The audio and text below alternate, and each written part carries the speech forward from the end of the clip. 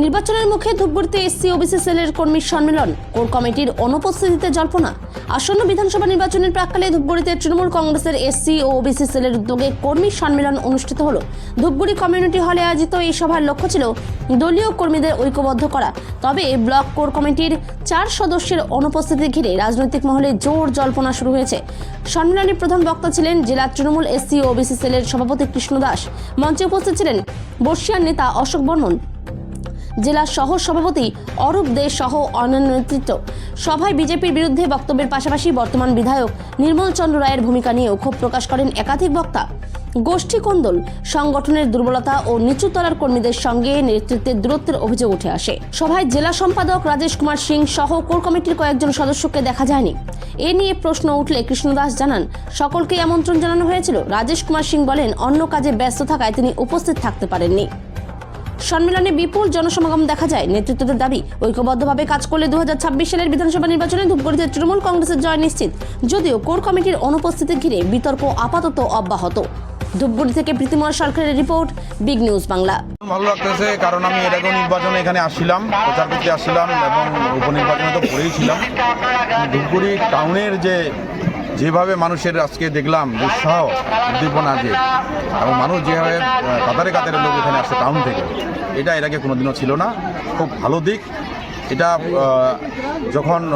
এর আগে যখন দিদি ক্ষমতায় আসে সেই সময়টা ছিল এরকম, পরবর্তীতে একদম ঘাটা পড়ে যায়। তো বর্তমান যেটা দেখতেছি এটা মানে আমাদের ভালো দিক আর কি, ভালো সুদিন একটা আসছে।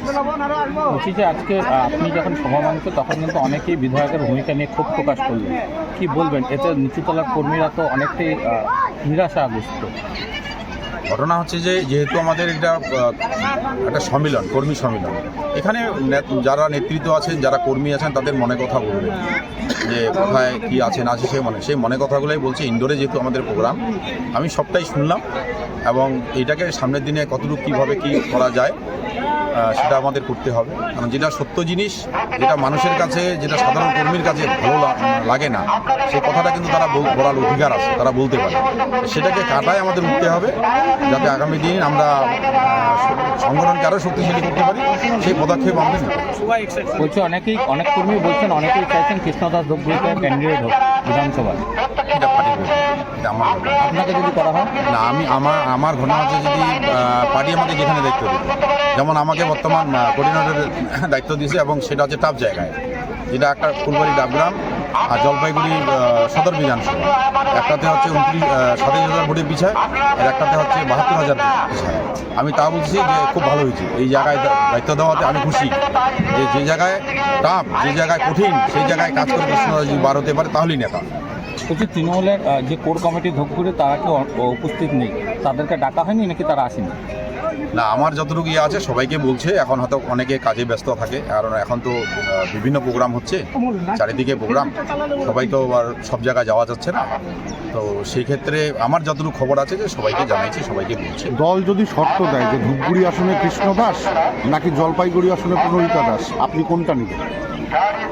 দল যেখানে দেবে সেখানে যাবো। দল যদি আমাকে বলে আপনাকে টিকিট দেওয়া হবে না, আপনি লড়াই করে যান, আমি তাতেও রাখি। না, দল যদি দুটোর একটা শর্ত দেয়, যদি দুটো দেয় যে ধূপগুড়ি আসনে কৃষ্ণ দাস না জলপাইগুড়ি আসনে প্রণোদিতা দাস, দল যেটা যখন দেবে তখন দেখা যাবে। এখন দেয়নি, সেটা কী করে উত্তর দেবো?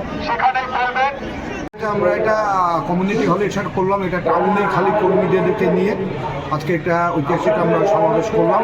কারণ কর্মীরা এতদিন পরে একজন দক্ষ নেতৃত্ব নেতাকে পেয়েছেন দেখে কর্মীরা আবার বের হয়ে এসেছে। কারণ আপনারা জানেন 2012 থেকে 2017 ধূপগুড়ি পৌরসভা এলাকায় তৃণমূল কংগ্রেসের বিপুল সংখ্যক ভোটের লিড কিন্তু দিত বিভিন্ন বিধানসভা, লোকসভায়। কিন্তু পরবর্তীতে 17-র পর থেকে নেতৃত্বর অভাবে এবং কর্মীরা আস্তে আস্তে গুরুত্ব ও নেতৃত্ব থেকে কম পাওয়ার পরিপ্রেক্ষিতে তারা বসে গিয়েছিল। কিন্তু আবার সেই ক্ষেত্রে আমরা যখন মাঠে নেমেছি, আমাদের সঙ্গে বিভিন্ন কর্মীরা সেইভাবে আবার তারা একটা আশ্বাস পেয়েছে যে না, এদের নেতৃত্বে আবার তৃণমূল কংগ্রেসটা করা যায়।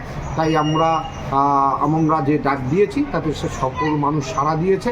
আশা করছি এবার বিধানসভা নির্বাচনে আবার সেই 2012-তে যে রেজাল্ট হয়েছিল সেই রেজাল্ট আমরা ধরে রাখতে পারব। কারা কারা উপস্থিত ছিলেন আজকে? এখানে সব জেলা নেতৃত্ব কৃষ্ণদা ছিল এবং শহরের যারা পুরনো তৃণমূল কংগ্রেসের নেতা অশোকদা ছিল, স্বপনদা ছিল এবং আমাদের তাপসদা ছিল এবং বিভিন্ন ওয়ার্ডের কাউন্সিলর নেতৃত্বরা এবং যারা বুথের গুরুত্বপূর্ণ কর্মী এবং নেতৃত্ব তারাই অধিকাংশ সবাই ছিল।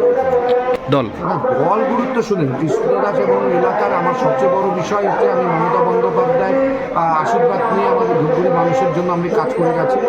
মানুষ বিশ্বাস রাখে আমার উপরে যে এই ছেলেটা আছে, যে ছেলেটা হচ্ছে অরূপ দে, যাকে যে কোনো বিপদ আপদে যদি ডাকা যায় তাকে পাওয়া যায়। সেই জন্য আমরা যখন কোনো মানুষকে ডাকি আমাদের কথাটা তারা ফেলতে চায় না। তাই আমি দৃঢ় বিশ্বাস আমাদের এমএলএ যে একটা কমিটি তৈরি করেছে এবং সেখানে আমাদেরকে স্থান তো দেয়নি, ঠিকই আছে, সেক্ষেত্রে অশোক বর্মনের মতন লোককেও তারা স্থান দেয়নি এবং মীনা বর্মনের মতন মহিলা নেত্রীকেও সেখানে স্থান দেয়নি। ওনার মন মতন কিছু লোককে দিয়ে মাদার কমিটিটা চালানোর চেষ্টা করছে, সেটার আমরা বিরোধিতা করি এবং আমরা সেই জন্য আমরা এসসি ওবিসি সেলের ব্যানারে আমরা এখন ধূপগুড়ি শহরে 16টা ওয়ার্ডে তৃণমূল কংগ্রেসকে আবার মজবুত করব এই আহ্বান আমরা এগিয়ে চলছি। বলছিলাম কোর কমিটির কোনো সদস্যদের আজকে দেখা পাওয়া যায়নি, তবে কি তাদেরকে বলা হয়নি? বিষয়টা এটা আমাদের বিষয় নয়, এটা এসসি ওবিসি সেল এখানে যে টাউন সভাপতি আছে তাদের বিষয়, এটা তো আমাদের বিষয় নয়। কারণ হচ্ছে কাকে দেখা হবে না হবে আমাকে এখানে আমন্ত্রণ জানানো হয়েছে এবং আমাকে ডাকা হয়েছে এবং আমাকে সহযোগিতা করার বলা হয়েছে। আমি যতটা পেরেছি আমি প্রতিটা ওয়ার্ডের মানুষকে বলেছি এই সম্মেলনে আসতে হবে, সবাইকে সহযোগিতা করতে হবে। তারা আমার আহ্বানে এবং আমাদের নেতৃত্ব এবং আমাদের সকল নেতৃত্ব বৌদ্ধকুণ্ডু থেকে শুরু করে দেবদুল্লাহ থেকে শুরু করে জয় ঘোষ ছিল, সেখানে আমাদের গৌতম বসাক ছিল, ঘন্টেল ছিল, এদের নেতৃত্বে এবং বিভিন্ন ওয়ার্ডে গোবিন্দ ভৌমিকের থেকে শুরু করে রতন দাস থেকে শুরু করে বিভিন্ন নেতৃত্ব সহযোগিতায় আজকে আমরা এই সম্মেলনটাকে সাকসেস করেছি। তাতে কে আসলো কে আসলো না সেই বিষয়টা আমার জানা নেই, এবং কে নিমন্ত্রণ পাবে কে না পাবে সেটাও আমার অধিকারের মধ্যে পড়েছে। কর্মীদের জন্য কি ব্যবস্থা করা হয়েছে? কর্মীদের জন্য দুপুরবেলা একটা আহারের ব্যবস্থা করে হয়েছে, যেহেতু আমরা গরিব পার্টি, গরিবভাবেই আমাদের খাওয়া দাওয়া, একটু ডাল, একটু সবজি, একটু পোলট্রি মুরগির মাংস আর একটু ডিমের ব্যবস্থা করেছে। আপনার নাম?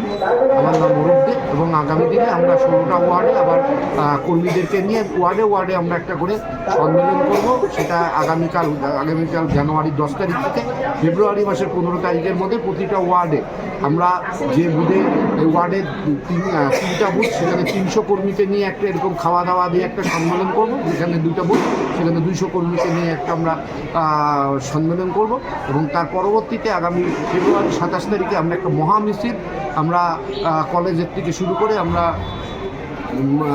শহর পরিক্রমা চৌপতি অবধি সেই মিছিল অতিক্রম করে আমরা বিধানসভার জন্য আমরা গড়ে